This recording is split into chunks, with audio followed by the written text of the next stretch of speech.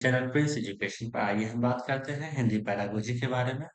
हम पहले क्वेश्चन की तरफ बढ़ते हैं। पहला क्वेश्चन क्या कहता है? नॉम चॉम्स्की के अनुसार भाषा अर्जन उपकरण मतलब एलईडी का जो बात किया था, लैंग्वेज एक्वाजिशन डिवाइस, बच्चों को किस बात में सहायता करता है? किस बात में, देखिए एलईडी किस बात में आखिर सहायता करता है? अगर आप नॉम चॉम्स्की को समझने का देखेंगे तो नॉम चॉम्स्की का कहना है कि नॉम चॉम्स्की का मानना ये था कि बच्चा जो है भाषा विकास का जन्मजात सिद्धांत दिए थे और उसका ये मानना था कि उसके अनुसार कि बच्चा जो है जन्म से ही क्या सीखता है, भाषा सीखने का सक्षमता लेकर पैदा होता है बचपन से ही। ये किसका मानना था? नोम चॉम्स्की का मानना था। ठीक है, यहीं पर वो जो एलएडी का जो बात किए थे उसका चॉम्स्की का ये मानना था कि जैसे भाषा केवल नकल से नहीं सीखी जा सकती है। ठीक है, बच्चों के पास जन्म से ही प्रणाली होती है, उसी को हम क्या कहते हैं? एलएडी कहते हैं, मतलब भाषा अर्जन यंत्र कहते हैं। उसी को हम क्या कहते हैं? लैंग्वेज एक्विजिशन डिवाइस कहते हैं। ठीक है, ये क्या होता है? मस्तिष्क में मौजूद एक मानसिक संरचना है। क्या है? एलईडी जो है वो आपका, ये जो एलईडी का जो अगर हम बात कर रहे हैं, इसी को हम क्या कहते हैं? Language acquisition device. इसी को हम क्या कह सकते हैं? भाषा अर्जन यंत्र कहते हैं। ठीक है, ये क्या होता है? ये जो कहता है आपको कि मस्तिष्क में मौजूद एक मानसिक संरचना है। क्या है? मस्तिष्क में मौजूद एक मानसिक संरचना है जो बच्चों को व्याकरण और भाषा के नियम स्वतः सीखने में क्या करता है? मदद करता है। देखिए क्या करता है कि व्याकरण और भाषा के नियम नियम स्वतः नियम स्वतः सीखने, क्या कह रहा है कि सीखने में क्या करता है? मदद, है ना, मदद करता है। ठीक है, ये चीज का ध्यान रखिएगा। व्याकरण और भाषा के नियम स्वतः सीखने में क्या करता है? मदद करता है। ठीक है, और क्या होता है? ये आपका किस में था? एलईडी के बारे में। तो उसी के बारे में यहाँ पे हमको क्वेश्चन में कह भी रहा है कि नोम चॉम्स्की के अनुसार जो है भाषा अर्जन उपकरण जो एलईडी का बात करते हैं, वो बच्चों को किस बात का सहायता करता है? अगर आप देखिएगा व्याकरण के नियम बनाने में, तो हम कह सकते हैं कि ऑप्शन बी जो है एक का वो क्या है? सही आंसर है। ठीक है, बच्चों आपको बता ही दिए कि बच्चों में जो है भाषा सीखने का जो ये होता है वो कब से होता है? जन्मजात से ही होता है। ठीक है, और एलईडी जो है उसको क्या करता है? भाषा में व्याकरणिक नियमों को समझने और बनाने में क्या करता है? मदद करता है। ठीक है, तो एक का ऑप्शन बी जो है वो आपका सही आंसर है। चलिए नेक्स्ट क्वेश्चन, क्वेश्चन नंबर 2 की तरफ बढ़ते हैं। क्वेश्चन नंबर 2 क्या कहता है? कक्षा 5 में भाषा शिक्षण करते समय श्री लाल पाठ्य सामग्री को बच्चों की पृष्ठभूमि, रीति रिवाज और परंपराओं से संबद्ध करते हैं। श्री लाल भाषा के किस सिद्धांत का प्रयोग कर रहे हैं? देखिए कह रहा है कि भाषा शिक्षण करते समय क्या करता है श्री लाल जो है? पाठ्य सामग्री को बच्चों की पृष्ठभूमि, देखिए पृष्ठभूमि और उसके रीति रिवाज से और परंपराओं से संबंध करता जोड़ने का कोशिश करता था कि बच्चे, अगर आप उसकी पृष्ठभूमि और रीति रिवाज या उसकी परंपराओं से जोड़कर उसको पढ़ाते हैं तो बच्चे उस चीजों को अच्छे से समझते हैं और उन्हें पढ़ने में भी क्लास में मजा आता है, खास करके छोटे क्लास के लेवल को। ठीक है, इसलिए यहाँ कह भी दिया है कि कक्षा 5 में आप पढ़ा रहे हैं। श्री लाल भाषा के किस सिद्धांत का प्रयोग आखिर कर रहा है? वो देखिएगा, सटीकता का सिद्धांत, अभ्यास का सिद्धांत या समूहीकरण का सिद्धांत, वो जीवन से जुड़ाव का सिद्धांत कर रहा है। ठीक है, मतलब कि वो क्या कर रहा है कि लाइफ लिंक कर रहा है लाइफ को। ठीक है, तो आप कह सकते हैं 2 का ऑप्शन डी जो है वो आपका सही आंसर है। जब शिक्षक क्या करता है? पाठ्य सामग्री बच्चों के वास्तविक जीवन और परिवेश से जोड़ता है तो क्या होता है? जीवन से जुड़ाव का सिद्धांत कहा जाता है उसे। ठीक है, और 2 का ऑप्शन डी जो है वो आपका सही आंसर है। नेक्स्ट क्वेश्चन, क्वेश्चन नंबर 3 की तरफ बढ़ते हैं। क्वेश्चन नंबर 3 क्या कहता है? गोवा में कौन की मराठी, अंग्रेजी, हिंदी और पुर्तगाली भाषाएं बोली जाती है? इसका तात्पर्य ये हुआ कि गोवा जो है एक क्या है? बहुभाषिक राज्य है। तो हम कह सकते हैं तो ऑप्शन ए जो है वो आपका सही आंसर है, मतलब मल्टी लिंगुअल स्टेट है। क्या है? गोवा जो है वो आपका क्या है? मल्टी लिंगुअल स्टेट है, क्योंकि यहाँ पे जो है कोंकणी, मराठी, अंग्रेजी, हिंदी और पुर्तगाली भाषाएं बोली जा रही है। ठीक है। और मल्टीलिंगुअल स्टेट हम उसी को कहते हैं जहाँ 2 या 2 से अधिक भाषाएँ बोली जाती है, उसे ही हम क्या कहते हैं मल्टीलिंगुअल कहते हैं। तो इस तरीके से हम कह सकते हैं 3 का ऑप्शन ए जो है वो आपका सही आंसर है। नेक्स्ट क्वेश्चन क्वेश्चन नंबर 4 की तरफ बढ़ते हैं। क्वेश्चन नंबर 4 क्या कहता है कि प्राथमिक स्तर पर व्याकरण पढ़ाते समय अध्यापक को किस विधि का प्रयोग करना चाहिए जिससे कि बच्चे कार्य में व्यस्त रहे और एक दूसरे से के साथ अंतरक्रिया कर सके। देखिए प्राथमिक स्तर पर व्याकरण पढ़ाते समय किस विधि का आखिर प्रयोग करना चाहिए कि बच्चे जो है कार्य में व्यस्त रहे और एक दूसरे से क्या करें अंतरक्रिया करते रहे। ठीक है मतलब अपने काम में वो बिजी रहे और एक दूसरे से क्या करते रहे इंटरेक्ट करते रहे कि पुस्तक या आगमनता या अनुवाद या निगमनता। तो इसमें हम क्या कर सकते हैं इंडक्टिव मेथड कहने का मतलब है आगमनता।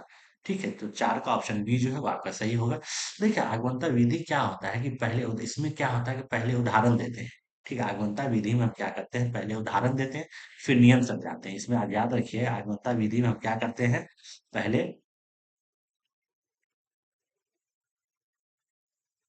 पहले उदाहरण देते हैं फिर नियम ये ध्यान रखिएगा। और वही चीज आपका इसमें जो हम बोलते हैं निगमांतक विधि में पहले नियम फिर उदाहरण देते हैं। ठीक है तो यहाँ पे वही चीज कह रहा है कि देखिए व्याकरण पढ़ाते समय अध्यापक को किस विधि का प्रयोग करना चाहिए जिससे बच्चे कार्य तो पहले हम उदाहरण देंगे बच्चों को फिर उसके बारे में बताएंगे उसका नियम। तो कह सकते हैं कि 4 का ऑप्शन बी जो है क्या होगा आपका सही आंसर होगा ये करने से इसलिए होता है ना कि प्राथमिक स्तर क्या होता है बच्चों को सक्रिय रखने के लिए सबसे अच्छी विधि है ये। इसी को हम क्या कहते हैं ये आपका इंडक्टिव मेथड हो जाएगा। ठीक है इंडक्टिव और ये आपका क्या होता है डिडक्टिव। ठीक है इसमें क्या होता है पहले नियम फिर उदाहरण।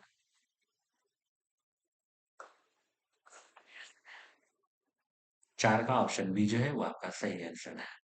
क्वेश्चन नंबर 5 की तरफ बढ़ते हैं। क्वेश्चन नंबर 5 क्या कहता है निष्क्रिय शब्दावली में से ऐसे शब्द हैं ऐसे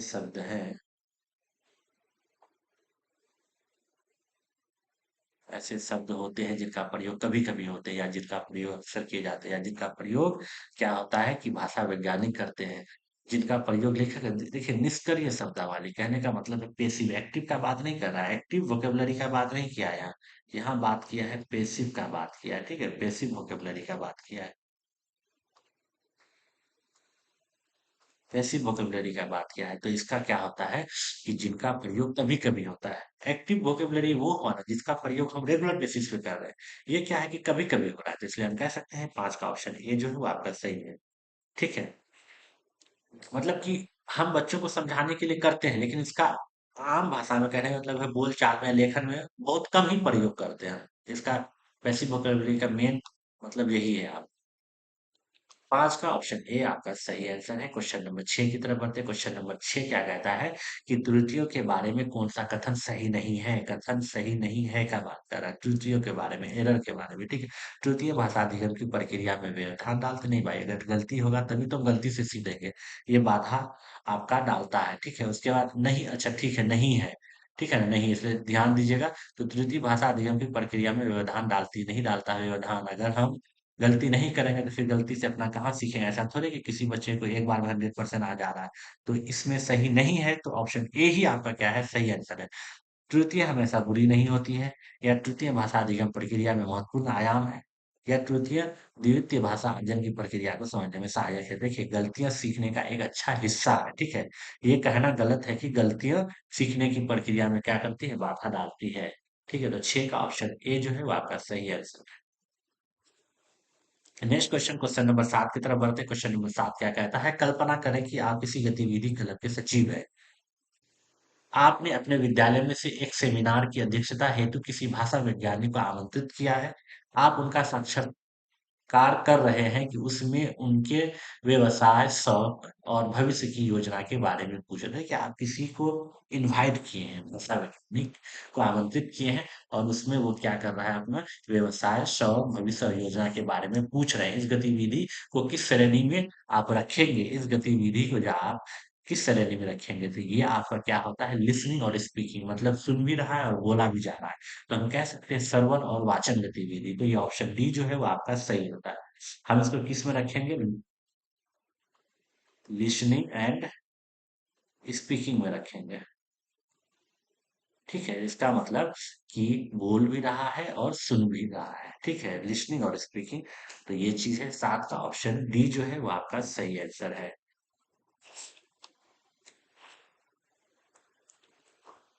क्वेश्चन नंबर 8 की तरफ बढ़ते हैं। पृथ्वी सूर्य के चारों ओर घूमती है, इस प्रकार के तथ्यात्मक सूचना संबंधित लेखन को किस श्रेणी में रखेंगे? देखिए, आप एक फैक्चुअल बेस्ड राइटिंग कर रहे हैं, बच्चों को दे दी है सूरज चारों ओर तरफ घूमती है, तो आप इस लेखन को किस श्रेणी में रखेंगे? आप प्रतिपादक लेखन, या प्रत्ययकारी लेखन, या अ, वर्णनात्मक लेखन, या विवरणात्मक लेखन? तो आप इसको किस में रखेंगे? हम इसको एक्सपोजिटरी राइटिंग में रखेंगे। क्या है? ठीक है, ऑप्शन ए जो है आपका सही आंसर। इसका मतलब है कि जब किसी तथ्य या जानकारी को स्पष्ट रूप से समझाया जाता है ना, तो उसे ही हम क्या कहते हैं? प्रतिपादक या व्याख्यात्मक लेखन कहते हैं। ठीक है, प्रतिपादक, या नहीं तो क्या कह सकते हैं आप? व्याख्यात्मक लेखन, है ना? लेखन कहते हैं। कब? जब किसी तथ्य या जानकारी को स्पष्ट रूप से समझाया जाता है, उसी को हम क्या कहते हैं? प्रतिपादक लेखन या व्याख्यात्मक लेखन कहते हैं। 8 का ऑप्शन ए जो है आपका वो सही आंसर है। नेक्स्ट क्वेश्चन, क्वेश्चन नंबर 9 की तरफ हम बढ़ते हैं। 9 क्या कहता है? विद्यार्थियों के साथ साहित्य पर बात क्यों करनी चाहिए? इससे संबंधित कौन सी कथन सही नहीं है? देखिए, साहित्य पर आखिर क्यों बात करना चाहिए, इसके बारे में कौन सा कथन सही नहीं है? ये बहुत प्रेरणास्पद है, या ये पाठ्यक्रम में शामिल नहीं है, या ये विद्यार्थियों को दूसरे से सर्किट समझाने में सहायता करती है, भाषा अर्जन का आधार नहीं है। अगर आप बात कीजिएगा, ये क्या होता है? देखिए, विद्यार्थियों के साहित्य के बात क्यों करनी चाहिए, इस संबंध में कौन सा कथन सही नहीं है? तो कथन सही नहीं है, यह पाठ्यक्रम में शामिल नहीं है। ये जो कथन है ये आपका क्या है? गलत है। साहित्य पाठ्यक्रम का एक महत्वपूर्ण हिस्सा है। ये कहना है कि पाठ्यक्रम में शामिल नहीं है, ये आपका गलत है। तो 9 का ऑप्शन बी जो है वो आपका सही आंसर है। क्वेश्चन नंबर 10 की तरफ बढ़ते हैं। क्वेश्चन नंबर 10 कहता है, भाषा अधिगम में निदानात्मक परीक्षण का क्या उद्देश्य है? देखिए, निदानात्मक परीक्षण कहने का मतलब है आखिर हम डायग्नोस्टिक टेस्ट का लैंग्वेज लर्निंग में क्या महत्व होता है? ठीक है,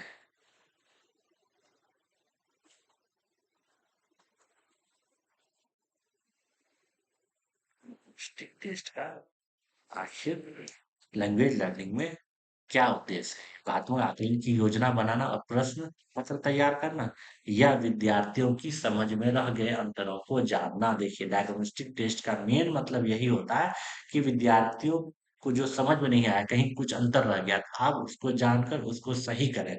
तो ये ऑप्शन बी जो है आपका सही आंसर है 10 का। और अगर सी ऑप्शन देखिएगा, विद्यार्थियों को काम दिलवाने का, ऐसा नहीं है। विद्यार्थियों को विशिष्ट कार्यक्रम हेतु अभ्यर्थियों की पात्रता का आकलन करना। देखिए, निदात्मक परीक्षण का मुख्य उद्देश्य यही होता है, पता लगाना कि बच्चे को सीखने में कहाँ कमी आ रही है। ठीक है, कहाँ कमी आ रही है, डायग्नोस्टिक टेस्ट का यही उद्देश्य होता है। 10 का ऑप्शन बी जो है वो आपका सही आंसर है। क्वेश्चन नंबर 11 की तरफ बढ़ते हैं। भारत में किस भाषा को द्वितीय भाषा के रूप में माना जाता है? तो भारत को अंग्रेजी भाषा को जो है वो द्वितीय भाषा के रूप में माना जाता है। तो हम कह सकते हैं 11 का ऑप्शन सी जो है। देखिए, भारत में त्रिभाषा सूत्र के तहत अंग्रेजी के अवसर जो है वो क्या है? द्वितीय भाषा के रूप में पढ़ाया और माना जाता है। ठीक है, 11 का हम कह सकते हैं ऑप्शन सी जो है वो आपका सही आंसर है। क्वेश्चन नंबर 12 की तरफ बढ़ते हैं। क्वेश्चन नंबर 12 क्या कहता है? किसी भाषा के शब्दों और उनके अर्थ के बीच स्वाभाविक संबंध नहीं है, ये कथन किससे संबंधित है? देखिए, स्वाभाविक संबंध नहीं है, क्या कह रहा है कि भाषा अद्वितीय होती है, या भाषावाचिक, या भाषा यादृच्छिक, या भाषा गतिशील है। देखिए, क्या कहा? किससे संबंधित है, ये कथन किससे संबंधित है? मतलब कि किसी भाषा के शब्द और उनके अर्थ के बीच स्वाभाविक संबंध नहीं है। ये क्या होता है आपका? भाषा यादृच्छिक कहने का मतलब है ऑप्शन सी जो है वो आपका क्या है? सही आंसर। इसका ये मतलब होता है कि शब्द और उसके अर्थ के बीच में कोई तर्क संगत संबंध नहीं होता है। ठीक है, इसका यही मतलब होता है कि शब्द और जो उसका अर्थ उसका रहता है, उसके बीच में कोई तर्क संगत संबंध नहीं है। ये समाज द्वारा मान लिया गया, कोई तर्क संबंध नहीं है, बस समाज द्वारा मान लिया गया, इसलिए इसको क्या कहते हैं? यादृच्छिक भाषा कहते हैं। ठीक है, तो 12 का ऑप्शन सी जो है वो आपका सही आंसर है। क्वेश्चन नंबर 13, व्याकरण पढ़ाने की सर्वोत्तम विधि कौन सी है? व्याकरण पढ़ाने की सर्वोत्तम विधि क्या है?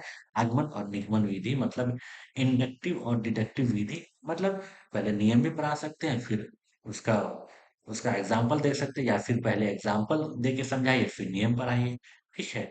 तो व्याकरण सिखाने के लिए उदाहरण से नियम भी हम कह सकते हैं। ठीक है। और नियम से अभ्यास का सामान्य सबसे उत्तम माना जाता है। ठीक है। आगमन विधि अभी जस्ट पढ़े आप क्या, कि उदाहरण से नियम। ठीक है। वो उसको क्या कहते हैं, इंडक्टिव मेथड कहते हैं। और डिडक्टिव मेथड अभी जस्ट बताया है कि नियम से हम किसकी तरफ जाते हैं, उदाहरण की तरफ। ठीक है। ये आपका देखिए क्या हो गया, इंडक्टिव। और ये क्या हो गया आपका, डिडक्टिव। ये क्या हो जाता है आपका इंडक्टिव,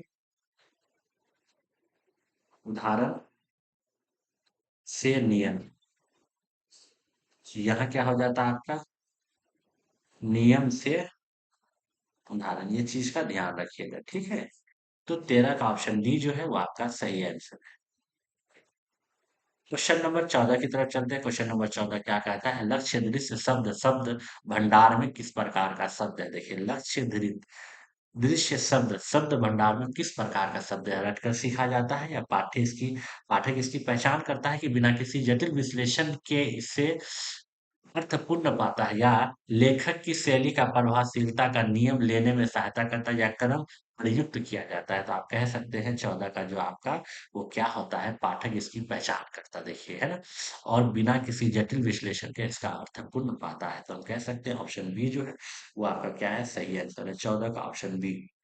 देखिए लक्ष्य दृश्य शब्द वैसा शब्द होता है जिसको देखते ही क्या करता है, पाठक जो है तुरंत जान लेता है, और उन्हें समझने के लिए अक्षरों को जोड़ने की जरूरत क्या करती नहीं पड़ती है। तो इसलिए हम क्या कह रहे हैं 14 का जो है ऑप्शन बी वो आपका सही आंसर है।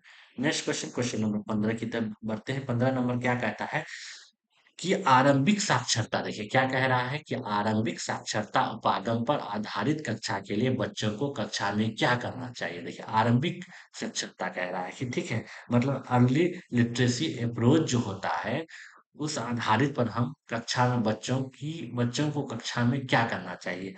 पारंपरिक परिवेशिका पढ़नी चाहिए, या विभिन्न प्रकार की लिखित और वाचिक सामग्री की अंत क्रिया करनी चाहिए, या ड्रिल और अभ्यास वाली वर्कशीट पर काम करनी चाहिए, या मौखिक ड्रिल अभ्यास करनी चाहिए। तो हम इसमें कह सकते हैं कि देखिए प्रारंभिक साक्षरता की बात कर रहे हैं ना, तो विभिन्न प्रकार की लिखित और वाचिक सामग्री का अंत क्रिया करनी चाहिए। तो हम कह सकते हैं कि 15 का जो है वो ऑप्शन बी जो है वो आपका क्या है, सही आंसर है। मतलब कि हम चेक करें किससे, वेरियस टाइप्स ऑफ रिटन और ओरल मटेरियल से। ठीक है ना। देखिए आरंभिक साक्षरता में क्या होता है, जो अर्ली लिटरेसी एज फोकस जो करते हैं हम, वो क्या करते हैं, बच्चों को प्रिंस वर्दी वातावरण और बातचीत के माध्यम से भाषा से क्या करते हैं, जोड़ने का मौका देते हैं।